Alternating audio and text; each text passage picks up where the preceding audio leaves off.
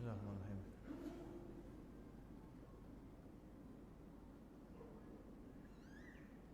Assalamualaikum warahmatullahi wabarakatuh. Alhamdulillah, wassalatu wassalam ala sayyidina Rasulillah Muhammad ibn Abdullah wa ala alihi wa sahbihi wa man walah. La hawla wa la quwwata illa billah. Bismillahi ma sya Allah la yasukul khair illallah. Bismillahi ma sya Allah la yasrifu su'a illallah. Bismillahi ma sya Allah ma kana min ni'matin fa min Allah. Bismillahi ma sya Allah la hawla wa la quwwata illa billah. Rabbi israh li sadri wa yassir li amri wahlul 'uqdatam min lisani yafqahu qawli. Ikuti setelah saya. Astaghfirullahal azim. Semua. Astaghfirullahal azim. Semua. Baca, ikutin sama-sama. Astaghfirullahalazim. Alladzi la ilaha illa huwal hayyul qayyum wa atubu ilaih min kulli zambin azim wa min jami'i ma'asi wal khataya sirran wa jahran zahiran wa batinan qawlan wa fi'lan sam'an wa basaran taubatan nasuha. La ilaha illallah. La ilaha illallah. La ilaha illallah. Muhammadur Rasulullah sallallahu alaihi wa alihi wa sahbihi wasallam. Kalimatu haqqin 'alaiha nahya wa 'alaiha namut wa 'alaiha nubqa insyaallah taala minal aminin. Amin ya rabbal. Pengungsi yang kami muliakan, pejabat pemerintah yang mewakili pengurus daripada masjid Nurul Hidayah, kita doakan mudah-mudahan pengurus pengungsinya selalu diberi kesabaran oleh Allah Subhanahu wa taala dan ditambah-tambah keberkahan dari Allah Subhanahu wa taala. Amin ya rabbal. Para hadirin, hadirat, muslimin, muslimat, pakcik-makcik, cikgu yang kami muliakan, yang insya-Allah selalu senantiasa mendapat rahmat daripada Allah Subhanahu wa taala.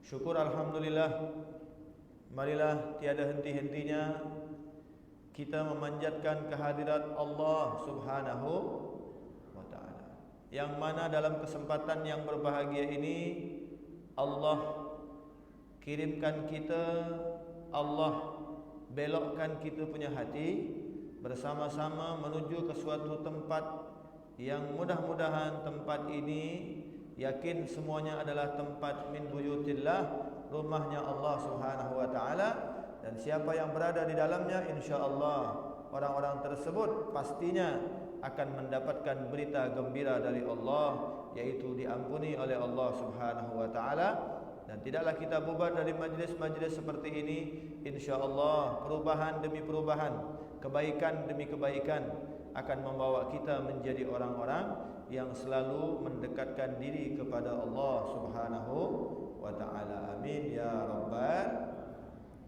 nikmat yang telah diberikan oleh Allah banyaklah sekali. Nikmat di antaranya nikmat panjang umur, alhamdulillah. Nikmat sehat wal afiat, alhamdulillah.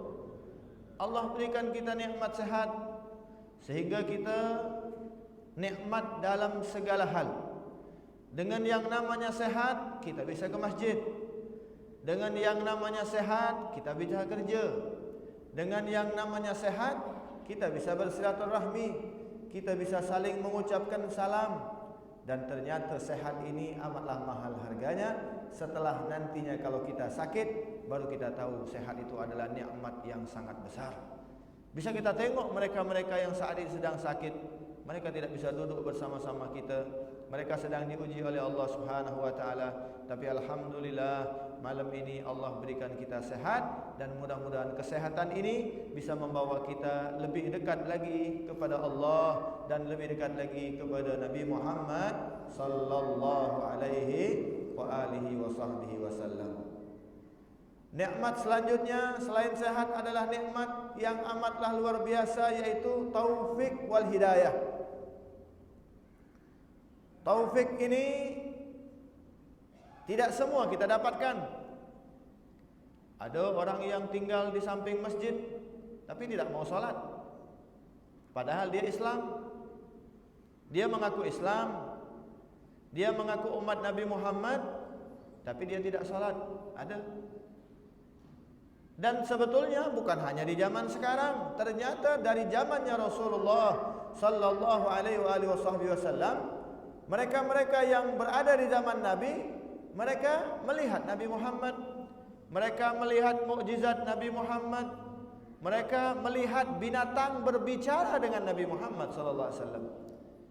Mereka menyaksikan bahwasanya burung-burung mengucapkan tasbih tahmid. Mereka melihat onta menangis rindu kepada Nabi Muhammad sallallahu alaihi wasallam. Tapi kenapa mereka tidak beriman? Karena itu dia, mereka belum mendapatkan hidayah wa taufik dari Allah Subhanahu wa taala. Jadi hidayah ini amatlah mahal. Maka pergunakan hidayah tersebut sebaik mungkin. Jangan sampai hari ini kita dapat hidayah, besok kita jauh dari ajaran Allah Subhanahu wa taala. Maka selalulah kita mengharap, meminta kepada Allah hidayah wa taufik. Mudah-mudahan sampai kita meninggal dunia, hidayah dan taufik ini akan terus bersama kita. Amin ya rabbal. Lalu bagaimana caranya supaya hidayah taufik selalu berada kepada diri kita? Jangan jauh dari masjid, jangan jauh dari majlis ilmu, jangan jauh dari ulama. Maka insya-Allah sepatutnya lah kita selalu mengucapkan kalimat alhamdulillah. Dan ternyata dari semua nikmat yang ada, nikmat yang al-azimah, yang terbesar adalah nikmat dijadikan sebagai umat Nabi Muhammad sallallahu alaihi wa alihi wa sahbihi wasallam. Alhamdulillah, pak cik, makcik yang dimuliakan oleh Allah Subhanahu wa taala, Allah jadikan kita tanpa kita berdoa, tanpa kita meminta kepada Allah, tiba-tiba kita lahir langsung menjadi umat Nabi Muhammad sallallahu alaihi wasallam.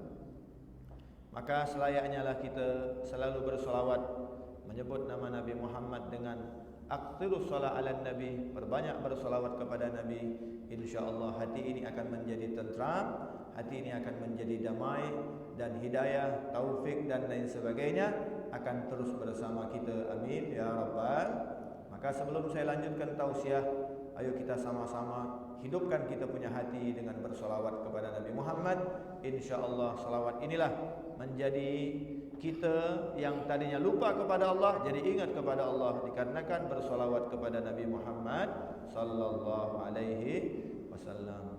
Salatullah salamullah ala taha rasulillah. Salatullah salamullah ala yasin habibillah. Semua salatullah salam ala taha rasulillah. Salatullah habibillah. Tawassalna bibismillah wa bilhadi rasulillah. Tawassalna bibismillah wa bilhadi rasulillah wa kulli mujahidin lillah bi ahlil badri ya Allah. Salatullah salam, semua baca ala Taha. Salatullah salamullah ala Yasin. Ilahi salimil umma minal afati wan nigma. Ilahi salimil umma minal afati wan nigma. Wa min hammin wa min umma bi ahlil badri ya Allah. Salatullah salam ala Taha rasulillah. Salatullah ala Yasin habib. Ilahi nafisil karba minal asina wal atba. Ilahi nafisil karba minal asina wal atba. Wa kulli baliyatin wa waba bi ahlil badri ya Allah. Salatullah salam, semua baca ala Taha rasulillah. Salatullah ala Yasin habibillah. Ala Yasin habibillah. Allahumma salli wa sallim wa barik. Ma'asyiral muslimin wal muslimat rahimakumullah. Tajuk kita pada malam ini amatlah luar biasa. Syumul. Ini saya pun agak terkejut sedikit. Kalau kita berbicara tentang syumul ini amatlah sangat luar biasa. Sebab arti dari keseluruhan adalah Islam itu adalah agama yang syumul, yaitu mencangkupi semua bidang-bidang kehidupan yang ada. Islam adalah agama yang kekal, agama yang selalu diridhai oleh Allah Subhanahu wa taala. Inna ad-dina indallahil Islam. Agama yang diterima di sisi Allah adalah agama Islam. Wa ma arsalnaka illa kafatan lin-nasi basyiran wa nadhira walakinna Allah aktsaran nasi la ya'lamun.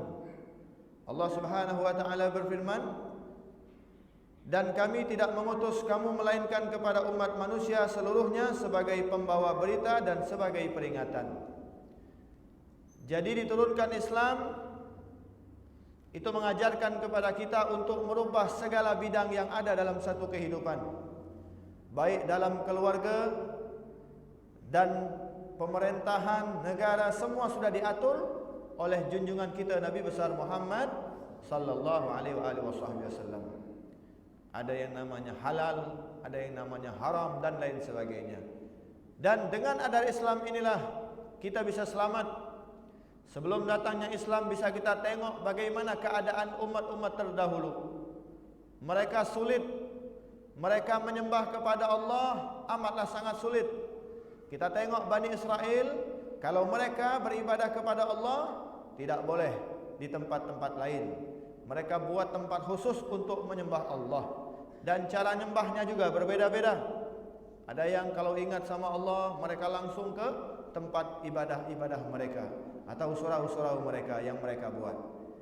Tapi khusus untuk kita umat Nabi Muhammad telah disempurnakan oleh Allah Subhanahu wa taala melalui junjungan kita Nabi besar Muhammad sallallahu alaihi wasallam. Mereka yang hidup di akhir daripada umat-umat terdahulu sebelum daripada umat Nabi Muhammad, mereka cara ibadahnya berbeda. Mereka harus di tempat khusus. Sementara umat Nabi Muhammad, alhamdulillah, di mana saja kita berada, asal tempatnya bersih, asal tempatnya suci, maka boleh beribadah kepada Allah Subhanahu wa taala, dan diatur sedemikian rupa. Dulu waktu salat tidak terbatas, tiba-tiba terbatas, dipanggil, disusun langsung oleh Allah Subhanahu wa taala melalui Isra wal Mi'raj. Sehingga apa? Alhamdulillah, tujuan kita daripada Islam adalah menyembah kepada Allah Subhanahu wa taala, bertakwa kepada Allah, mengerjakan segala perintah-perintah Allah, menjauhi segala larangan-larangan Allah, dan menghidupkan daripada sunnah-sunnah Nabi kita, Nabi besar Muhammad sallallahu alaihi wasallam. Diatur. Jadi ada fase demi fase. Dulu sebelum terbentuknya Islam, fasenya berbeda, cara ibadahnya berbeda. Terutama mereka-mereka yang belum masuk Islam, kita tengok mereka dalam keadaan gila. Mereka hidupnya kacau. Mereka hidupnya tidak teratur, semaunya mereka. Zaman tersebut dikenal dengan zaman jahiliyah, zaman kebodohan. Putri, anak wanita lahir dikubur hidup-hidup. Hari-hari mereka apa? Menyembah berhala. Mereka seakan-akan menyembah berhala, padahal berhala buatan tangan mereka sendiri. Maka saya teringat cerita Sayyidina Umar. Sayyidina Umar, kenal sama Sayyidina Umar? Pakcik kenal sama Sayyidina Umar? Kenalan di mana? Sayyidina Umar adalah sahabatnya Nabi Muhammad sallallahu alaihi, khalifah yang kedua. Beliau sebelum masuk Islam, luar biasa. Beliau cita-citanya cuma satu. Apa? Ingin membunuh Nabi Muhammad sallallahu alaihi. Hidayah belum dapat. Tapi sejak dia mendengar adik wanitanya membaca Al-Quran, Masya Allah, hidayah datang. Di waktu itu Nabi SAW berdoa, Ya Allah, aizatul Islam bi Umarain, muliakan Islam dengan 2 Umar. Nabi yang berdoa, ternyata doa Nabi diijabah oleh Allah Subhanahu wa ta'ala. Saat itu juga Sayyidina Umar, ketika dia balik ke rumah, dia bawa pedang, dia ingin membunuh Nabi, dia balik ke rumah, dia tengok, dia dengar adik wanitanya baca Quran. Dia udah capek-capek penat sana bawa orang untuk memusuhi Nabi. Ternyata adiknya sudah masuk ke dalam agama Islam, agama yang sempurna di sisi Allah Subhanahu wa ta'ala. Maka hidayah datang. Begitu hidayah datang, dia katakan kepada adiknya, bawa aku untuk berjumpa dengan Nabi Muhammad. Adiknya pun takut. Apa yang kau baca? Ini adalah Al-Quran. Saya mau lihat. Oh, kata adiknya, tidak boleh. Kalau you mau lihat, you mau tengok, mesti wuduk. Diajarkan wuduk. Wuduklah Sayyidina Umar, baru dia pegang Quran, hidayah datang, maka dia diantarkan ke tempatnya Rasulullah sallallahu alaihi wasallam. Sampai di tempat perkumpulan Nabi, waktu itu masih secara sembunyi-sembunyi. Dakwahnya Nabi tidak bebas. Dakwahnya Nabi di tempat-tempat yang tersembunyi, tiada orang yang tahu terkecuali orang-orang tertentu saja. Maka Sayyidina Umar datang ke tempat perkumpulan tersebut. Dia panggil, Ya Muhammad, Ya Muhammad. Nabi sedang berkumpul bersama para sahabat. Sahabat-sahabat yang lain takut. Kenapa mereka takut? Ini Sayyidina Umar jawara. Sayyidina Umar adalah orang yang hebat, ya. Dia pemberani, orang yang ditakuti. Lalu Sayyidina para sahabat-sahabat yang lain mengatakan, Ya Rasulullah, itu suara Sayyidina Umar. Suara Umar, belum jadi Sayyidina, suara Umar. Lalu bagaimana? Sudah, biarkan dia masuk. Di antara sahabat yang lain mengatakan, biarkan dia masuk. Kalau dia macam-macam berhadapan dengan saya. Maka Sayyidina Umar masuk ke majlis tersebut, langsung mengucapkan asyhadu an la ilaha illallah wa asyhadu anna Muhammadar Rasulullah. Aku bersaksi tiada Tuhan selain Allah dan engkau Nabi Muhammad adalah utusan Allah. Maka serentak para sahabat yang lain melihat Sayyidina Umar masuk ke dalam Islam, mereka mengucapkan takbir, Allahu Akbar, Allahu Akbar. Apa kata Sayyidina Umar? Ya Rasulullah, sekarang aku sudah Islam. Kalau begitu dakwahnya tidak boleh lagi sembunyi-sembunyi, harus terang-terangan. Nah, dari situ fase demi fase Islam mulai berjaya. Tapi tidak sepenuhnya jaya. Sebab apa? makin banyak orang masuk Islam, makin banyak ujian yang dilewati oleh Nabi Muhammad SAW. Berapa banyak sahabat-sahabat yang lain disiksa? Ada yang disiksa, mata mereka itu ditusuk dengan besi yang panas, zinnirah, matanya ditusuk dengan besi yang panas. Sahabat-sahabat yang lain ada yang dibunuh. Bahkan di antara mereka orang kafir, mereka sengaja mencari orang-orang yang hafal Quran, dijebak lalu dibunuh. Bayangkan, mereka benci dengan yang namanya Islam. Tapi alhamdulillah, setelah turunnya Nabi Muhammad SAW, makin hari fase demi fase menjadi agama yang luar biasa, yang menyempurnakan dalam segala hal. Coba kita tengok orang dulu luar biasa. Sayyidina Umar sendiri pernah tersenyum dia. Ya, Sayyidina Umar pernah tersenyum, dia termenung. Dia termenung sendiri, dia tersenyum. Tak lama kemudian habis tersenyum, dia nangis. Habis nangis, dia ketawa lagi. Saya mau tanya nih, kalau ada orang sendirian, tiba-tiba tersenyum, tiba-tiba nangis, kira-kira lagi apa tuh orang? Ada kita tengok orang sendirian duduk, dia duduk sendiri, tiba-tiba dia senyum, tiba-tiba dia nangis, tiba-tiba dia senyum lagi, tiba-tiba dia nangis. Kira-kira tu orang waras atau orang gila? Semua orang takjub. Ada orang yang memerhatikan, ya Allah, ini Sayyidina Umar kenapa nih? Duduk termenung sendiri, ketawa, nangis, ketawa, nangis. Maka didatangkan oleh kawannya itu mengatakan, ya Umar, bagaimana keadaan kau? Saya tengok ni kau tadi nangis, ketawa, ada apa? Apakah kau dalam keadaan sakit?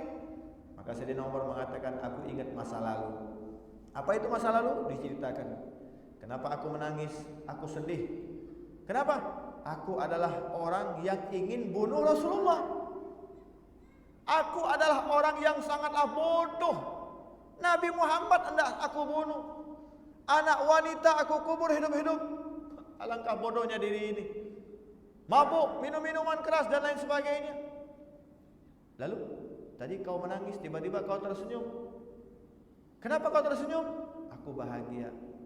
Allah Ta'ala berikan hidayah, makanya aku tersenyum. Oh, kalau begitu kita sama nih. Nasib kita sama. Terus, lalu kenapa kau nangis lagi? Ya aku menangis saja, terharu. Ingat masa lalu, alangkah bodoh diri ini. Tapi kenapa kau ketawa lagi? Di sahabat dia bingung. Dia nangis, ketawa, nangis, ketawa. Dan yang terakhir ketawanya besar. Oh, ketawa besar. Saya mau tanya nih, kenapa kau terakhir ketawanya besar? Dia katakan, aku ingat masa lalu juga. Apa masa lalumu? Nah, dulu sewaktu aku di rumah, aku bikin adonan tepung, ya, kasih garam, dibentuk-bentuk, jadilah roti. Lalu dibentuk-bentuk, ada hidungnya, ada matanya, ditaruhkan, ditempatkan di satu tempat yang khusus. Roti yang aku buat, aku sembah. Jadi Tuhan dari bikinan tanganku sendiri, kata Sayyidina Umar. Makanya aku ketawa. Oh, kalau gitu kita sama. Tapi kau nih ketawanya beda. Ketawa kau ini besar. Pasti ada sesuatu yang aneh. Iya, sesuatu yang lucu. Masa lalu juga. Habis aku buat Tuhan dari tepung, ya, dari terigu, jadi roti dibentuk-bentuk, aku sembah, aku keluar. Tak lama kemudian petangnya aku balik, perut sudah lapar. Nah, perut dilapar nih, perut tak bisa diajak damai kalau lapar ya. Dia ke dapur, dia cari makanan, tak jumpa. Dia buka sana, tak ada makanan. Pas dia duduk di tengah rumah dia tengok nih, ini ada roti nih, Tuhan yang dia sembah. Dia lihat, dia tengok di atas meja yang khusus tempat mereka sembah tu, berhala dari roti. Dia tengok, ni roti ni enak sedap ni kalau dimakan, padahal Tuhan dia. Dia tengok, lirik sana, lirik sini, lirik kanan, kiri, tak ada orang. Dia dekat-dekat, dia ambil, dia makan. Dia katakan, Tuhan saya makan. Makanya saya ketawa. Itu belum dapat hidayah. Tapi setelah dapat hidayah, Masya Allah, siapa yang tidak kenal dengan Sayyidina Umar? Alhamdulillah, tadarus Al-Quran itu karena Sayyidina Umar. Solat tarawih berjamaah itu karena Sayyidina Umar. Tadarus tarawih itu dari Sayyidina Umar. Memang ada di zaman Nabi solat tarawih, tapi tidak berjamaah. Kadang-kadang Nabi solat di masjid, kadang-kadang Nabi solatnya di rumah. Lalu kenapa kita sampai salat berjamaah? Sampai detik ini seluruh dunia yang mengaku Islam begitu masuk bulan suci Ramadan salat tarawih berjamaah. Ini dikarenakan apa? Sayyidina Umar bin Khattab. Dan banyak sekali sejarah-sejarah yang merubah keadaan Islam dari fase ke fase ke fase menjadi sempurna. Alhamdulillah. Sekarang kita tinggal menikmati saja. Sekarang kita tinggal mengikuti saja tuntunan yang sudah diajarkan langsung oleh Nabi kita, Nabi besar Muhammad sallallahu alaihi wa alihi wa sahbihi wasallam. Maka dalam kesempatan yang berbahagia ini saya akan membawa perkataan daripada Al-Imam Sahal At-Tusturi.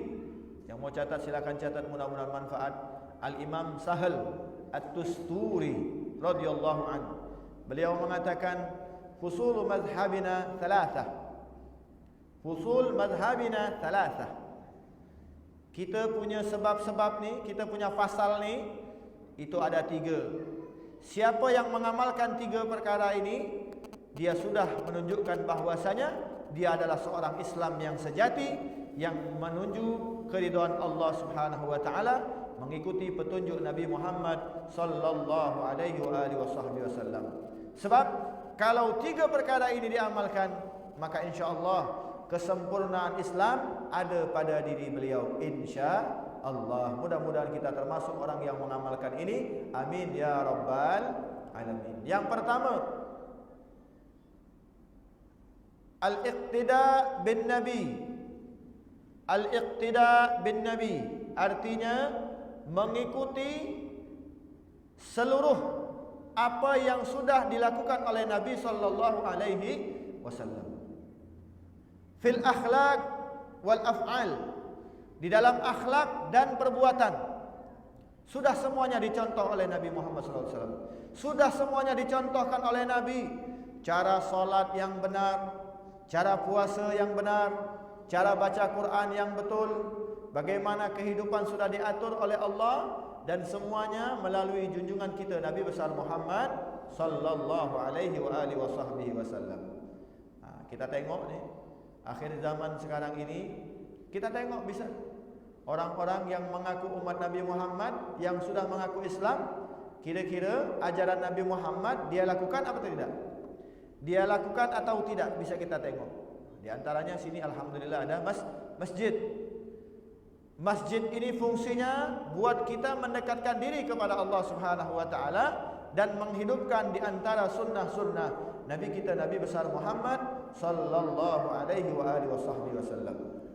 Dan banyak sekali hal-hal yang mungkin kita tengok akhir zaman sekarang ini mereka tinggalkan. Salah satu contoh saja. Saya mau tanya semua yang hadir, antara maghrib dengan isya, maghrib dengan isya. Kalau tidak ada kuliah macam ni, saya mau tanya ni, kalau tidak ada kuliah, bukan ada kuliah. Kalau tidak ada kuliah, antara maghrib dengan isya, banyak yang nonton televisi atau banyak yang membaca Al-Quran? Saya mau tanya dan jawab dengan jujur. Makcik dulu. Antara maghrib dengan isya, banyak yang baca Quran atau banyak yang nonton televisi? Bisa kita tengok akhir zaman. Atau banyak yang baca Quran atau banyak yang main Facebook? Di akhir zaman, teknologi sudah mengacaukan kita.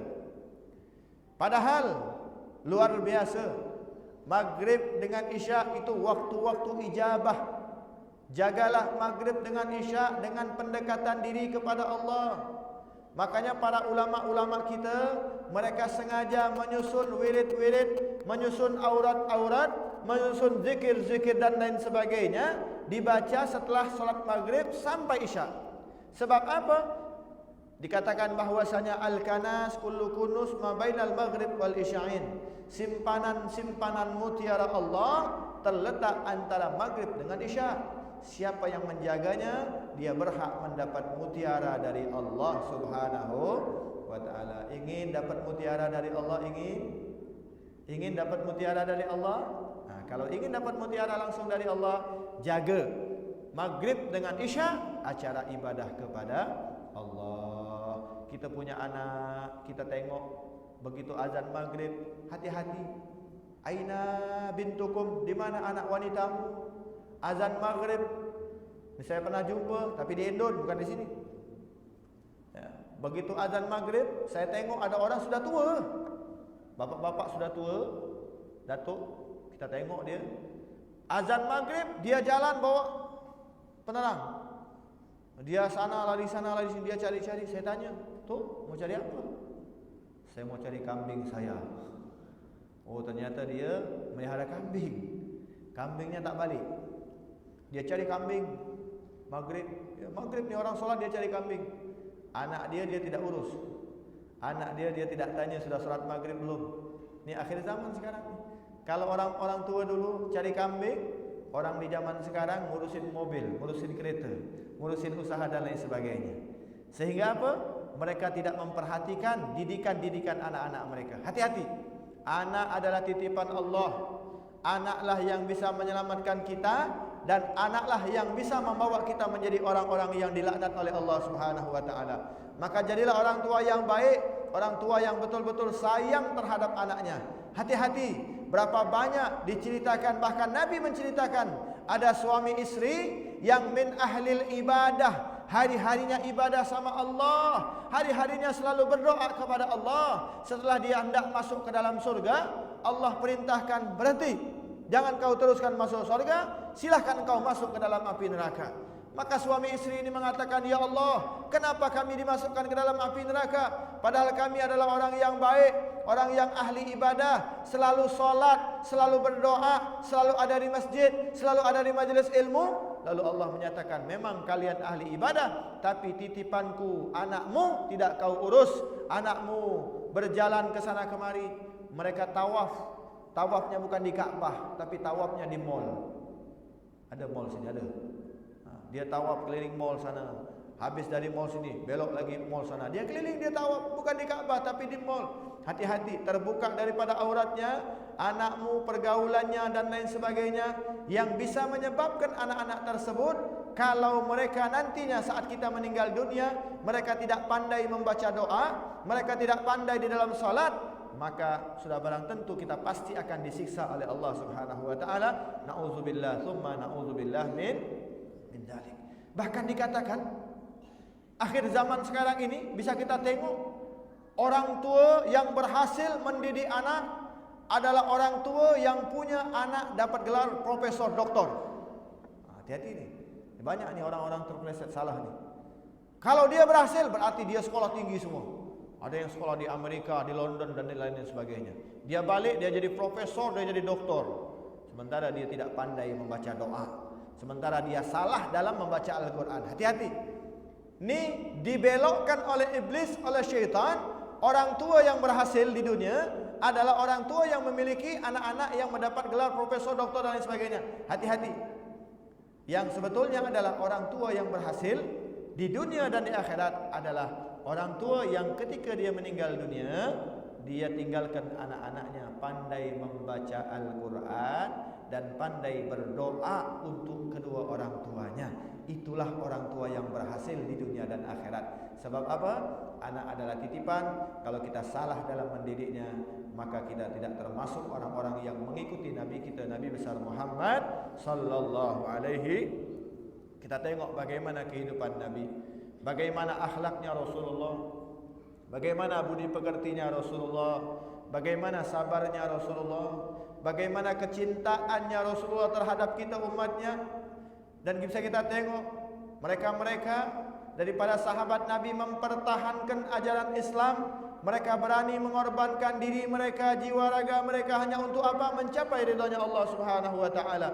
Mereka takut dan khawatir atas ancaman-ancaman Allah. Sebab apa? Sudah dibuktikan oleh orang-orang yang berada di sekitarnya sahabatnya Rasulullah SAW. Bahkan diceritakan binatang saja tahu kalau Allah Ta'ala akan mengancam kepada hamba-hambanya. Pernah terjadi paci-maci yang dirahmati oleh Allah. Ini binatang nih.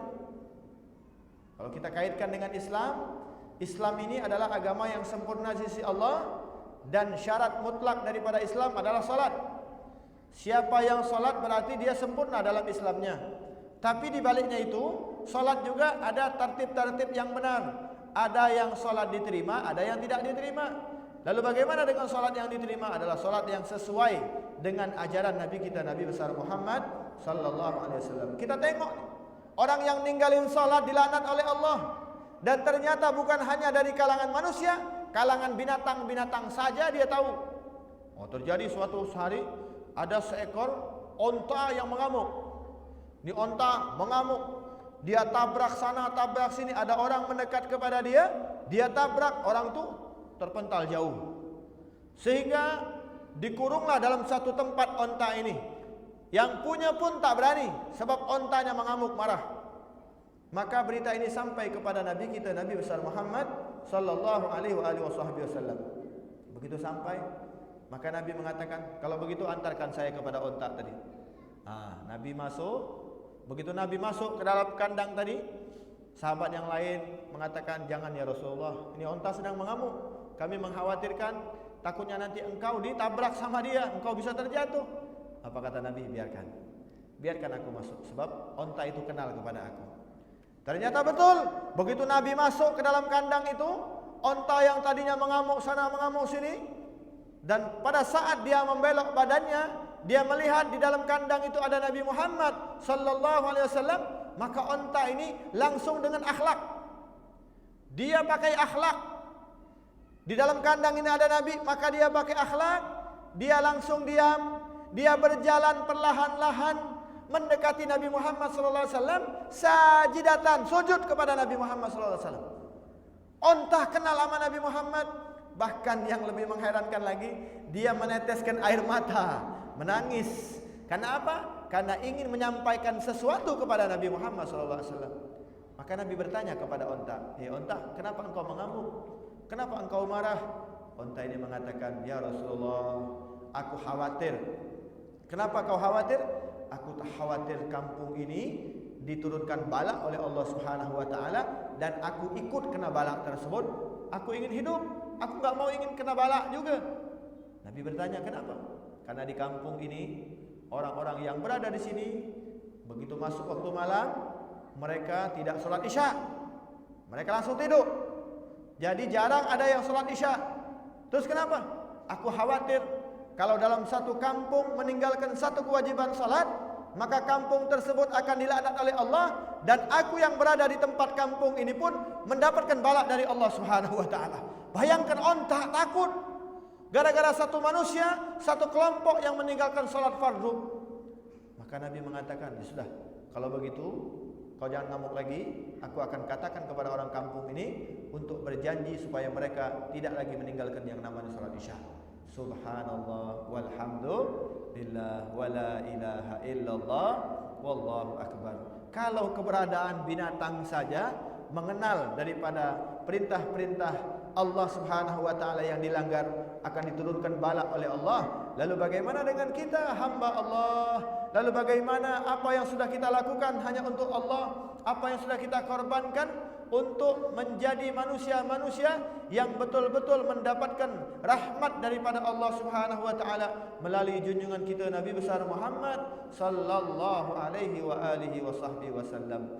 Maka dari itu, perkara yang pertama yang mesti kita pegang teguh-teguh, yang mesti kita amalkan sungguh-sungguh adalah al-iqtida'in Nabi, mengikuti petunjuk Nabi kita Nabi besar Muhammad sallallahu alaihi wasallam dalam segala hal, mulai dari amaliyah, mulai dari akhlak. Ingat pakcik-makcik sekalian, ini makcik ni saya mau tanya nih, makcik yang berada di sini, saya mau tanya, sunnah Nabi sudah dilakukan belum? Alhamdulillah. Sunnah Nabi banyak tak? Banyak. Nih makcik dulu saya tanya, nanti pakcik ya. Makcik dulu saya tanya, sunnah Nabi yang sering kita lupa. Nih kalau makcik semuanya kalau menghadap cermin, saya mau tanya, satu hari satu malam berapa kali menghadap cermin? Sampai 20 kali? Mungkin lebih ya. Mau tidur ngadap cermin, bangun tidur ngadap cermin, mau masak ngadap cermin, habis masak ngadap.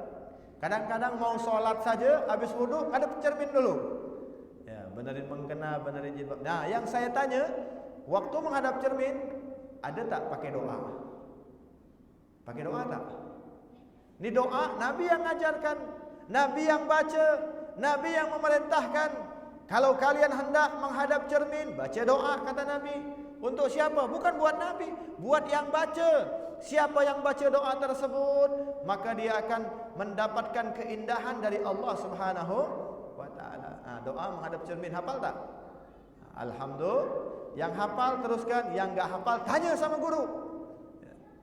Kita baca ya? Boleh kita baca doa menghadap cermin, boleh? Mudah-mudahan kita tak usah yang lain. Sunnah Nabi dulu kita hidupkan. Tak usah amal-amal yang lain dululah. Kita amalkan sunnah-sunnah Nabi yang berada di depan kita, yang setiap hari kita lakukan. Di antaranya apa tadi? Menghadap cermin. Allahumma kama hasanta khalqi fahassin. Ayo semua baca sama-sama ya. Allahumma, semua ikutin. Allahumma kama hasanta khalqi fahassin khuluqi. Sama-sama. Allahumma kama hasanta khalqi fahassin khuluqi. Allahumma kama hasanta khalqi fahassin khuluqi. Itu doa menghadap cermin. Awas, jangan lupa. Sebab kalau 20 tahun yang lalu kita setiap menghadap cermin kita baca, berapa banyak pahala yang sudah kita simpan. Tapi kita lupakan. Banyak sekali sunnah Nabi yang kita anggap ringan. Ya, minum, awas, minum jangan berdiri. Minum harus duduk. Tangan mana? Kanan apa tangan kiri? Ini kadang-kadang sudah berdiri tangan kiri dia minum. Ya. Baru udah berdiri, ya Allah, ini bisa kita tengok nih. Ada dalam rumah tangga kita sendiri. Mulailah kita benahi diri kita, belajar menjadi orang-orang yang betul-betul menghidupkan di antara sunnah-sunnah Nabi kita, Nabi besar Muhammad sallallahu alaihi wasallam. Nah, sekarang saya tanya sama Pak Cik nih. Ya, kalau tadi Mak Cik, sekarang Pak Cik. Pak Cik mau tidur baca doa tak? Baca? Yakin? Kadang-kadang baca, kadang-kadang lupa. Banyakan lupa, banyakan baca. Kalau mandai kata saya mau tanya nih, ini kita tak usah bahas-bahas yang lain dulu. Kita bahas yang ringan-ringan saja. Saya khawatir akhir zaman sekarang ini mereka lalai dengan apa yang disebut dengan sunnah Nabi Muhammad. Dia mengatakan cinta sama Nabi Muhammad, tapi sunnah Nabi Muhammad dia lupakan. Nah, saya mau tes dulu ya. Doa sebelum tidur, hafal tak? Hafal ya? Boleh saya tes, boleh? Boleh, sama-sama kita baca. Bismillahirrahmanirrahim. Bismika. Ini saya bingung nih, tak ada yang baca. Coba kita baca sama-sama, kita tunjukkan, kita buktikan kalau betul-betul kita baca, ya. Kalau enggak ikut baca berarti mungkin tidak pernah baca. Ya, sama-sama sekali lagi. Bismillahirrahmanirrahim. Bismika wa bismika amut. Sudah? Segitu saja? Segitu saja? Itu doa anak umur 5 tahun. Ya. Kalau dia sekolah berarti sekolah paling rendah. Jadi selama ini kita yang hadir nih, kita mengamalkan satu amalan anak-anak yang umurnya 5 tahun. Masya Allah. Doa mau tidur itu banyak. Doa yang diajarkan oleh Nabi sebelum tidur itu banyak. Siapa yang tidurnya itu mesti sebelum tidur disunnahkan apa? Wudu. Sebab orang yang tidur pakai wudu, maka dia akan didekati oleh malaikat-malaikat Allah Subhanahu wa taala, dijaga oleh malaikat dan selalu didoakan oleh malaikat-malaikat Allah. Dan andai kata dia meninggal saat itu, meninggal dunianya dalam keadaan husnul khatimah. Kita mau tidur pakai wudu tak? Tak pernah wudu. Doa yang lain banyak yang diajarkan oleh Nabi, qiraatul Fatihah, qul huwallahu ahad 3 kali, al-falaq, an-nas, ayatul kursi. Ayolah kita banyak-banyak berzikir kepada Allah. Kapan lagi mungkin saat di office kita tak sempat, kita tak ada masa, tak ada waktu, kita lagi kerja sibuk, penat. Kita di kedai juga sibuk, penat. Kita di jalan, di kereta sibuk. Alhamdulillah, sebelum tidur Allah berikan kesempatan untuk berdoa. Pergunakan kesempatan tersebut, banyak-banyak qiraatul Quran, banyak-banyak membaca salawat. Maka tidur yang seperti ini adalah tidur yang mencontoh Nabi kita, Nabi besar Muhammad sallallahu alaihi wa alihi wasahbihi wasallam. Nah, hidupkan sunnah Nabi Muhammad. Jalankan dari sekarang. Kita sering mendengar sunnah, bahkan kita tahu dan kita hafal doa-doa yang diajarkan oleh Nabi, tapi pernahkah kita mengamalkannya? Maka dari itu mudah-mudahan ini yang pertama nih yang harus kita jaga, ya, al-iqtida'in Nabi, mengikuti Nabi Muhammad dalam segala hal. Kalau dalam 24 jam semua amalan Nabi Muhammad kita amalkan, seakan-akan kita bersama Nabi Muhammad, selalu always bersama Nabi Muhammad SAW. Tapi selama ini Nabi Muhammad kita jauhi. Kita jauh dari Nabi Muhammad. Sebab apa? Amaliyah-amaliyah yang diajarkan oleh Nabi Muhammad sudah kita tinggalkan begitu saja, tidak kita amalkan, kita sia-siakan saja. Na'udzubillah tsumma na'udzubillah min dzalik. Faman raghiba an sunnati falaysa minni. Siapa yang tidak melakukan sunnahku, falaysa minni, bukan dari golonganku. Hati-hati, kalau kita tidak diakui oleh Nabi Muhammad, mau ke mana kita? Kalau Nabi Muhammad tidak mengakui kita sebagai umatnya, mau di mana kita minta pertolongan? Semua manusia minta pertolongan kepada Nabi Muhammad. Tidak ada satupun yang bisa memberikan syafaat illa Nabi kita, Nabi besar Muhammad sallallahu alaihi wa alihi wa sahbihi wasallam. Nah, yang kedua, Al-Imam Sahlatus Suli mengatakan fusul, sebab-sebab, fasal-fasal daripada kita punya jalan ini. Yang pertama mengikuti Nabi Muhammad, yang kedua wal aql minal halal. Wal aqlu minal halal, makan dari hasil yang dihalalkan oleh Allah Subhanahu wa taala. Ini makan halal ini harus dijaga. Hati-hati jangan sampai masuk dari makanan yang haram. Ingat, kalau makanan yang haram kita konsumsi, kita makan, selama kita memakan daripada makanan-makanan yang haram, maka selama itu amal ibadah kita mardud, ditolak oleh Allah Subhanahu wa taala. Ulama mengibaratkan, kalau kita makan dari hasil yang haram atau sedekah dari hasil yang haram, sama seperti kita mensucikan air kencing dengan air kencing. Maksudnya mensucikan najis dengan air kencing. Saya mau tanya nih, kalau ada najis kita siram dengan air kencing, kira-kira hilang tak najisnya? Malah bertambah, sama dengan yang namanya haram. Uang yang haram kita pakai apa saja tidak bisa menyelamatkan kita. Bahkan misalkan kita beli mengkena dengan harga 100 ringgit misalnya. Harga mengkena ni 100 ringgit, mahal, kita beli jauh di Mekah. Yang 99 ringgitnya halal, 1 ringgitnya ada uang haram. Tak banyak, cuma 1 ringgit. Selama mengkena tersebut kita pakai kerudung, apa namanya untuk solatnya wanita, mengkena ya? Namanya mengkena. Telkung ini kita beli dengan harga 100, ya. 100 ringgit, yang 99-nya halal, 1 ringgitnya haram. Atau kita beli jubah dengan harga 100 ringgit, yang 99 halal, 1 ringgitnya haram. Selama baju tersebut, telkung tersebut, jubah tersebut kita pakai, selama itu juga solat kita mardud, ditolak oleh Allah Subhanahu wa taala. Na'udzubillah tsumma na'udzubillah min. Ini baru di luar jasad, di luar kita punya badan. Lalu bagaimana yang 1 ringgit masuk melalui mulut? Masuk melalui mulut menjadi darah daging. Na'udzubillah tsumma na'udzubillah min dzalik. Kalau baju yang di luar jasad saja tidak menerima kita salat ibadah sama Allah, apalah lagi kalau sudah masuk ke dalam jasad, berarti segala amal perbuatan kita mardud, akan ditolak oleh Allah Subhanahu wa taala.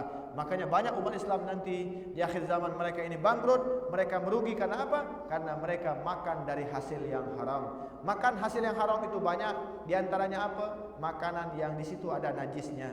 Hati-hati. Hati-hati akhir zaman. Banyak orang yang sudah menipu kita. Ekstralah hati-hati kita terhadap makanan-makanan yang ada. Kalau memang makanan tersebut jelas dari pemerintah kita sudah ada sertifikat halal, maka insya Allah itu pun juga kita makan harus dengan membaca doa terlebih dahulu supaya kita aman. Sebab Nabi mengajarkan dalam satu doa sebelum kita makan, Allahumma barik lana fima razaqtana wa qina.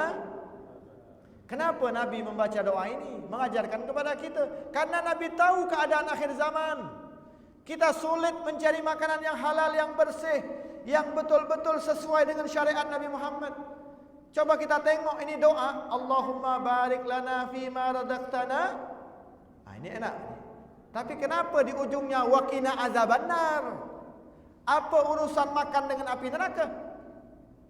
Coba kita renungkan lagi doa ini. Nabi ngajarin kita baca doa makan, tapi kenapa ujungnya waqina azabannar? Nah, ini kenapa Nabi mengajarkan doa ini? Terhindar dari api neraka. Sebab berapa banyak orang yang salah makan, gara-gara makanan yang dia makan, dia dimasukkan ke dalam api neraka. Na'udzubillah tsumma na'udzubillah min dzalik. Jadi sebetulnya doanya ini kalau kita tengok ini tidak cocok. Tak ada urusan makan dengan api neraka sebetulnya. Tapi karena Nabi sudah tahu keadaan akhir zaman, pasti umatku akan salah dalam makan, maka Nabi mengajarkan Allahumma barik lana fima razaqtana wa qina azabannar. Sebab dengan makanan ini ya Allah jadikan berkah. Sebab kalau sudah berkah, insya-Allah dengan makanan ini akan menjaga jasad kami dari ancaman api neraka Allah Subhanahu wa taala. Nah, mudah-mudahan kita jagalah makanan, hati-hati kita masuk kedai sana, tengoklah kalau memang sudah ada izin dari pemerintah mengatakan ini makanan halal, baru kita makan. Sebab akhir zaman saya sering menengok umat Islam yang berpakaian Islam, kadang-kadang mereka sudah tidak mempedulikan lagi yang namanya makanan. Mereka makan saja padahal sumber makanan tersebut ada sumber-sumber yang haram, sehingga keberkahan demi keberkahan akan dicabut oleh Allah Subhanahu wa taala bagi mereka-mereka yang makan dari hasil yang diharamkan oleh Allah Subhanahu wa taala. Nauzubillah tsumma nauzubillah min dzalik. Yang terakhir, yang ketiga, Al-Imam Sa'ad Tusri mengatakan radhiyallahu an, yang ketiga adalah wal ikhlas niyah fi jami'il a'mal. Ikhlas di dalam segala hal, ikhlas di dalam niatnya, dalam segala perbuatan-perbuatannya.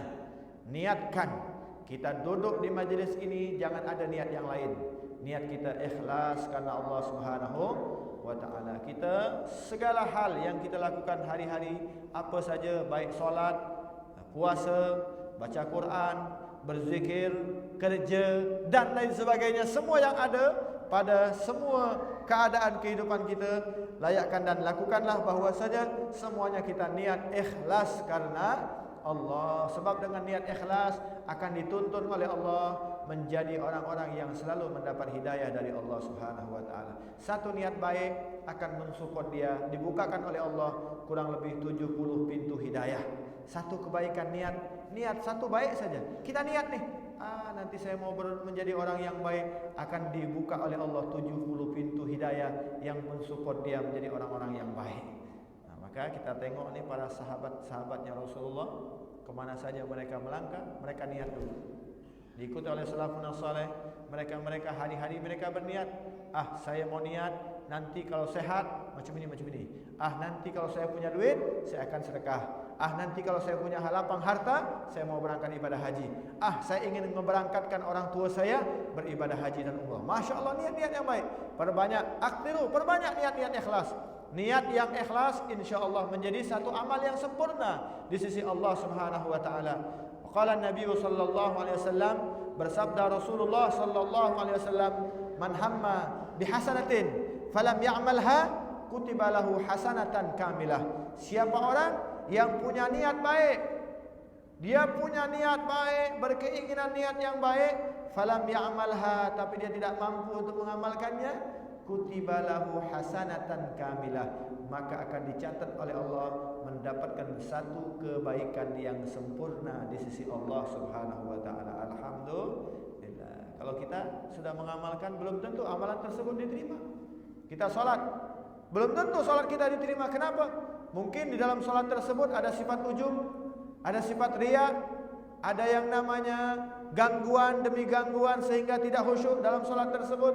Tapi kalau niat yang baik, walaupun tidak mampu mengamalkannya, jaminan dari Allah akan mendapatkan satu pahala yang sempurna di sisi Allah Subhanahu wa taala. Diceritakan dalam satu hadisnya Rasulullah SAW, nanti di hari kiamat, satu hamba itu dipanggil, satu orang hamba dipanggil, Iqra kitabak, bacalah bukumu. Nanti di hari kiamat, pakcik-makcik yang dirahmati oleh Allah, semuanya kita memegang satu buku.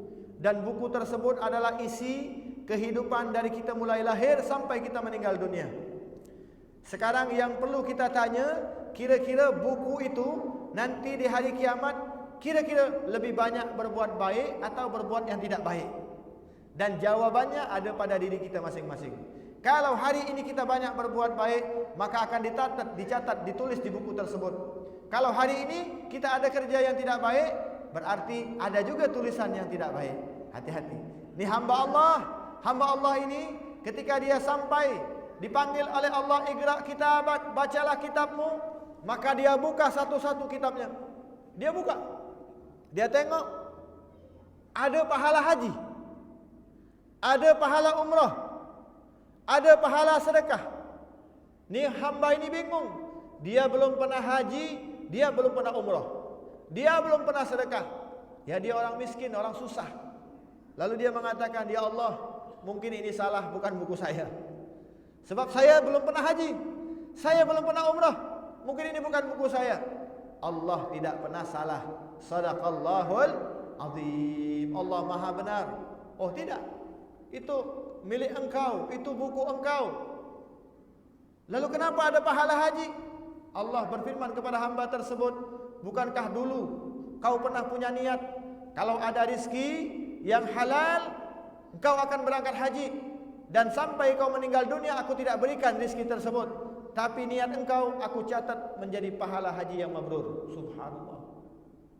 Pahala umrah yang mabrur, pahala sedekah. Sebab dulu kau banyak niat baik, dan aku mengenal dan aku tahu daripada niat-niat baikmu tersebut, maka aku suruh malaikat untuk mencatatnya. Maka dari itu Allah memerintahkan malaikat mencatat bagi hamba-hambanya yang selalu berniat baik dalam ikhlas dalam segala hal. Maka dari itu pelajaran buat kita bersama, jadikan diri ini selalu berniat baik, ikhlas karena Allah Subhanahu wa taala. Perbanyaklah kita berniat-niat baik. Balik dari sini saya akan rajin salat berjamaah. Walaupun kita tidak salat berjamaah, yang penting ada niat, maka akan dituntun oleh Allah Subhanahu wa taala menjadi orang-orang yang baik. Balik dari sini saya akan nolongin orang tua saya. Balik dari sini saya akan menjadi anak yang saleh. Balik dari sini saya akan selalu membaca Al-Qur'an. Banyak-banyak niat yang baik. Bahkan para aulia, para ulama kita, mereka hari-hari mereka selalu berniat baik. Saya akan membaca kitab ini 10 halaman. Saya akan membaca Al-Quran 1 juz. Niat terus. Lama-lama dengan niat ini akan dituntun oleh Allah Subhanahu wa taala menjadikan orang-orang yang selalu beramal di dalam mendekatkan diri kepada Allah Subhanahu wa taala dan di dalam menghidupkan syiar-syiar daripada sunnah-sunnah Nabi kita, Nabi besar Muhammad sallallahu alaihi wasallam. Mudah-mudahan kita yang hadir pada malam ini, mari kita jaga Islam kita, jangan sampai rusak dengan akidah-akidah yang tidak benar.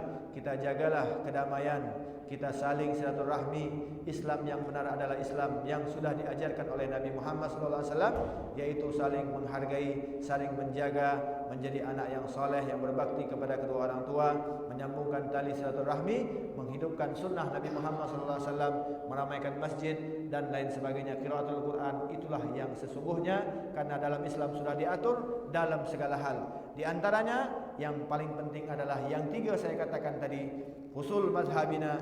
Sebab-sebab kita punya jalan ini ada 3. Kalau kita amalkan, insyaAllah kita selamat di dunia dan akhirat. Yang pertama adalah mengikuti Nabi Muhammad dan mencontoh serta mengikuti daripada apa yang sudah diajarkan oleh Nabi Muhammad SAW. Yang kedua, menjaga dari makanan yang halal. Yang ketiga, ikhlas niat. Ikhlaskan niat dalam segala hal. Maka insyaAllah 3 perkara ini akan menuntun kita menjadi orang-orang yang betul-betul Islamnya yang sempurna di sisi oleh Allah Subhanahu wa taala, diterima oleh Allah Subhanahu wa taala. Mudah-mudahan Allah taala panjangkan umur kita, panjang umur dalam taat kepada Allah, panjang umur dalam kita bisa menjadi hamba-hamba Allah yang cinta kepada Allah dan cinta kepada Nabi Muhammad SAW. Dan kita berharap mudah-mudahan kita yang hadir pada malam ini meninggal dunia dalam keadaan husnul khatimah, meninggal dunia dalam keadaan baik-baik, meninggal dunia dalam keadaan meninggalkan anak-anak yang saleh dan salehah, yang pandai berdoa untuk kita, dan meninggal dunia dalam keadaan diridhai oleh Allah Subhanahu wa taala dan mendapatkan syafaat Nabi Muhammad SAW. Dan kita mengharap mudah-mudahan kita semua yang berada di majlis ini, insyaallah kita dimasukkan ke dalam surganya Allah Subhanahu wa taala bersama Nabi Muhammad sallallahu alaihi wasallam, ala hadin niyya wa ala kulli niyatin salihah wa ala man waina aslafna salihun wa ila hadratil habibil mustafa rasulillah sallallahu alaihi wa alihi wasallam. Al-Fatihah.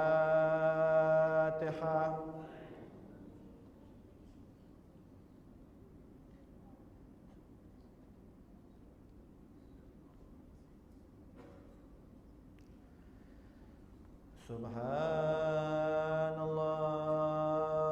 walhamdulillah wa la ilaha illallah wallahu akbar. Semua subhan walhamdulillah wa la ilaha illallah wa akbar. Subhan walhamdulillah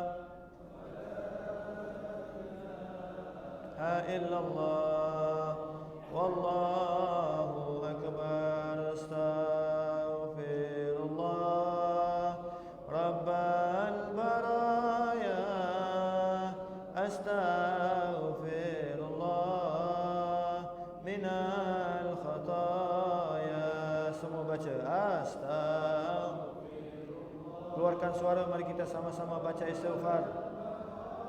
Ya astaghfirullah minal khataya astaghfirullah. Allahumma bihaqil Fatihah wa sirril Fatihah wa karamatil Fatihah. Iftah lana babal khair. Bukakanlah bagi kami yang hadir pada malam ini ya Allah pintu-pintu kebaikan-Mu, pintu-pintu yang bisa membawa kami menjadi orang yang baik.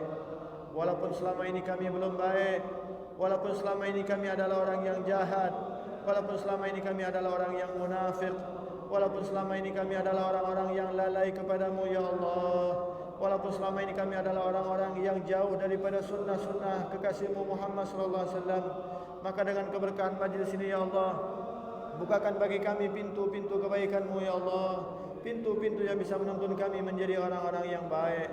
Waj'alna min ahlil khair.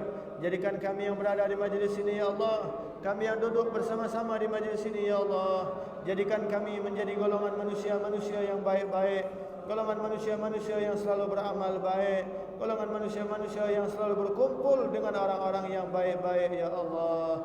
Ya man waffaqa 'alal khair wa an'ama alaih, waffiqna lil khair wa in alaih. Ya Allah, yang paling penting adalah bagi kami ya Allah, kami yang berada di majlis ini ya Allah, matikan kami ya Allah meninggal dunia dalam keadaan husnul khatimah, meninggal dunia dalam keadaan lidah ini sempat mengumandangkan kalimat la ilaha illallah Muhammad Rasulullah, meninggal dunia dalam keadaan meninggalkan anak-anak yang baik-baik, meninggal dunia dalam keadaan meninggalkan negeri-negeri yang selalu berbuat baik ya Allah, yang patuh kepadamu ya Allah dan patuh kepada kekasihmu Muhammad sallallahu alaihi wasallam, meninggal dunia dalam keadaan meninggalkan keluarga yang sakinah mawaddah warahmah ya Allah, sehingga kami nanti di hari kiamat kelak, nanti kami di yaumil mahsyar kelak dibangkitkan satu barisan dengan orang-orang yang baik-baik di bawah pimpinan manusia yang paling terbaik Nabi besar Muhammad sallallahu alaihi wasallam. Rabbana atina fid dunya hasanah wa fil akhirati hasanah wa qina adzabannar. Wa sallallahu ala sayyidina Muhammad wa ala alihi wasallam. Walhamdulillahirabbil alamin. Walhamdulillahirabbil. Alhamdulillah, mudah-mudahan apa yang kita hajatkan pada malam ini diijabah oleh Allah Subhanahu wa taala. Dan yang paling penting adalah kita meminta kepada Allah meninggal dunia dalam keadaan husnul khatimah. Walaupun kita tidak banyak amal, tapi kita berharap dengan keberkahan majlis ini bukan hanya kita meninggal dunia dalam keadaan baik-baik, kita juga berharap meninggal dunia meninggalkan anak-anak yang baik-baik, yang pandai berdoa untuk kita. Amin ya rabbal. Itulah harapan orang tua yang ingin sukses di dunia akhirat. Ketika dia meninggal dunia, wajib meninggalkan anak-anak yang pandai membaca doa untuk kedua orang tuanya. Sebab orang tua bisa naik ke derajat yang lebih tinggi. Orang tua yang sudah masuk surga bisa naik ke level yang lebih tinggi di dalam surga. Dengan apa? Sehingga Allah Subhanahu wa taala memanggil hambanya, irqa fid darajah. Allah panggil satu hamba yang sudah masuk surga. Dia sudah masuk surga, Allah panggil irqa fid darajah. Allah berfirman kepada hamba tersebut, naiklah ke derajat yang lebih tinggi. Maka hamba ini bingung, ya Allah, saya sudah masuk surga, saya sudah mendapatkan kenikmatan di surga, apakah masih bisa naik ke derajat yang lebih tinggi? Sebab di surga ada tingkat 1, tingkat 2, tingkat 3 dan seterusnya. Allah mengatakan, ini orang mengatakan, bima ya Rabb, dengan apa aku bisa naik ke derajat yang lebih tinggi? Allah Subhanahu wa taala berfirman kepada hamba tersebut, Biddu'ai waladikalak. Dengan doa anak-anakmu kau bisa naik ke derajat yang lebih tinggi. Maka kita berharap meminta kepada Allah, kita meninggal dunia meninggalkan anak-anak yang pandai membaca doa untuk kita. Amin ya rabbal. Alhamdulillah, saya ucapkan ribuan terima kasih karena saya telah dijemput di masjid ini. Mudah-mudahan lain waktu kita bisa berjumpa kembali. Saya juga menjemput pakcik-pakcik sekalian yang ada pada malam ini untuk hadir juga ke majlis saya. Saya ada kuliah setiap Sabtu malam Ahad, di awal bulan saja. Sabtu malam Ahad hanya di awal bulan. Sabtu malam Ahad kedua orang lain. Jadi kita di awal bulan saja. Acara dimulai ba'da Isya dari jam 8 malam sampai dengan selesai. Bertempat di Masjid Raya Agung, masjid terbesar di Kota Bandung, Indonesia. Jadi pakcik kalau makcik kalau mau ke Indon, ke Bandung, datanglah di awal bulan. Pagi Sabtu, Sofik keliling-keliling Kota Bandung, bandar-bandar Bandung. Malam Ahadnya duduk di majlis saya di masjid terbesar di Kota Bandung. Jadi pagi kita cari dunia, malam kita cari akhirat. Jadi dunia akhirat kita dapatkan insya-Allah. Ini saja akhirul kalam. Wabillahi taufiq wal hidayah. Wal afu minkum jami'an. Wassalamualaikum warahmatullahi wabarakatuh.